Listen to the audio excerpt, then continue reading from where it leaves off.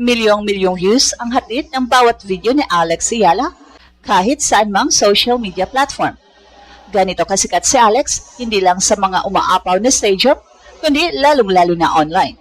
Ang Alex Ayala keyword ay isa sa pinaka-most viewed ngayon. Ito ang dahilan kung bakit lahat ng mga content creators ay Alex Ayala na ang kanilang top contents. Kahit mga basketball at boxing pages ay ngayon Alex Ayala na ang laman, and the best is yet to come. Hindi ito basta hype, ito na ang takeover.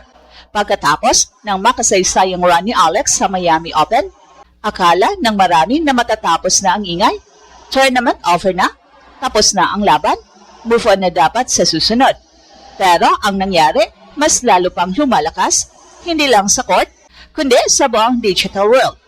Biglang sumabog ang social media, kahit saan ka tumingin, andyan si Alex. Hindi lang basta presence, kundi dominance. Ito na ang moment na hindi mo pwedeng i-ignore. Base sa deep analysis ng official data mula sa WTA platforms, sobrang lalim ng cup. Sa YouTube ng WTA, ang match highlights ni Alex laban kay Laura Siegemund ay umabot na ng over 531,000 views na may libo-libong likes at comments. At yung laban niya kay Magdalena, 383,000 views rin at puno ng reactions. Kahit ang kanyang press conferences pagkatapos ng mga panalo ay umabot ng over 80,000 views sa ibang channels. At ang official WTA uploads din ay consistent na nasa 80,000 views. Compare mo sa recent Sabalenka highlights sa parehong tournament, isa lang ang umabot ng 170,000 views pero karamihan ay nasa 6 to 7,000 lang. May mga reports pa na ang presser niya ay 20 times more views kesa kay Sabalenka. At minsan pa nga, doble pa sa views ni Novak Djokovic sa similar events. Sa Instagram Reels at TikTok ng WTA, ang kanyang mga clips ay nagkakaroon ng 150 to 210,000 views bawat isa, kasama ang libo-libong likes at shares. Sa Facebook naman, ang mga fan share at official post tungkol kay Alex ay umaabot ng milyong-milyong reaches na may reactions na parang buong Pilipinas ang nag-celebrate. Well, yan ang ating pag-uusapan in this video, pero bago yan, ay makikisuyo muna kami na sana i-share nyo ang aming video at pag-click ang like at subscribe button, pati na rin ang notification bell. Salamat po. Kung titignan mo ang numbers, hindi lang siya viral, siya ang nangunguna. Sa official platforms ng WTA, ang highlights niya laban kay Laura Siegemund umabot ng higit kalahating milyong views. Yung laban niya kay Magdalena, daan-daang libo pa rin ang nanonood. Kahit press conferences niya na kadalasan hindi pinapansin, umaabot ng tens of thousands. Ngayon, ilagay mo yan sa konteksto. Sa parehong tournament, ang world number 1 na si Aryna Sabalenka may highlights na nasa 6K hanggang 7K views lang sa ilang uploads. May spike pero hindi consistent. At doon ka mapapaisip, ano tong nangyayari? Hindi ito normal. Hindi ganito ang usual pattern ng tennis content. Pero nangyayari at tuloy-tuloy. Bakit ganito kalakas? Dahil sa mga live reactions at comments, ramdam na ramdam ang mixed emotions ng mga fans. Maraming Pinoy ang puno ng national pride na umaapaw. Parang buong bansa ang sumisigaw ng "This is ours" habang nakikita ang numbers na tumataas ng real time. May kaba at excitement na halo, lalo na noong unang lumabas ang early highlights. Grabe, tayo na ang pinaka-watched, ang dating na marami. Global fans naman ay surprised at inspired. Biglang natutuklasan nila si Alex Ayala bilang bagong fresh face na may unique story. Sobrang overwhelming ang support na parang Taylor Swift level ang fanbase niya, na nagdudulot ng sold-out stadiums at online buzz na walang katulad. May mga nagpo-post na parang she's reshaping the entire tour.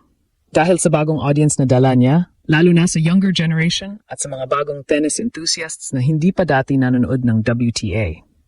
Ang mga opinion sa social media ay consistent na puno ng admiration.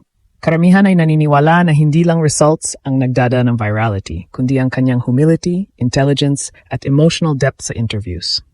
Kahit sa matinding pressure ng big stages, ang kanyang calm at grateful vibe ay nakakahawa. Fans ay nagagalak na may player na ganito kabata pa pero may high-level maturity na nagbibigay ng inspiration sa lahat ng aspiring athletes. May mga nagpapahayag na WTA hit the jackpot with her dahil sa consistent crowds, insane engagement at pagdadala ng new demographic sa sport. Hindi lang Pinoy ang natutuwa. International viewers din ay nahahalina sa kanyang journey, mula wildcard days hanggang seeded player na ngayon. Ang dating, ito na ang simula ng isang bagong era kung saan ang popularity ay hindi lang based sa ranking, kundi sa genuine connection at story na nakaka-touch sa puso. At hindi lang kay Sabalenka nagtatapos ang usapan. May mga pagkakataon pa na sinasabi ng reports na ang engagement ni Alex ay umaabot o lumalampas pa sa ibang big names tulad ni Novak Djokovic sa similar cycles. Ibig sabihin, hindi lang siya trending, binabago niya ang algorithm. Dito pumapasok ang tinatawag ng fans na the Ayala effect, isang phenomenon kung saan ang isang player ay nagiging sentro ng attention hindi lang dahil sa panalo, kundi dahil sa impact. Yung tipong kahit hindi ka tennis fan, mapapahinto ka, mapanood mo, at mapapareact ka. Sa social media reactions, ramdam na ramdam ang emosyon, lalo na sa mga Pilipino. Hindi ito simpleng suporta, ito ay pride na umaapaw. Bawat view, bawat like, bawat share, parang panalo ng buong bansa. Makikita mo sa comments ang Pinoy pride. This is ours. At grabe, tayo na ang pinaka-watched. Parang buong Pilipinas sabay-sabay nakatingin sa screen, pinapanood kung paano umaangat ang sarili nilang player sa global stage. At habang tumataas ang numbers, tumataas din ang emosyon. Hindi lang ito online noise, ito ay collective energy. Pero hindi lang Pinoy ang nakakaramdam nito. International fans, nagigising din. Maraming nagtatanong kung sino siya, saan siya nanggaling, at bakit siya ang laman ng feed ng lahat. At kapag pinanood nila ang laro at interviews niya, hindi na sila umaalis. Dito pumapasok ang isa pang layer. Connection, hindi lang siya exciting panoorin, kundi relatable, grounded, at authentic. Sa panahon ngayon na naghahanap ang fans ng totoong personalidad, tumatama siya sa puso ng audience. Sa social media, makikita ang tunay na epekto. Hindi lang mataas ang views, mataas ang engagement.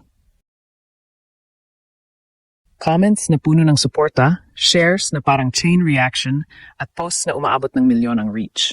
May mga OFWs na nagpo-post na naiyak sila sa pride, may mga batang players na na-inspire, at may mga international viewers na nagiging fans overnight. Hindi na ito simpleng virality, movement na ito.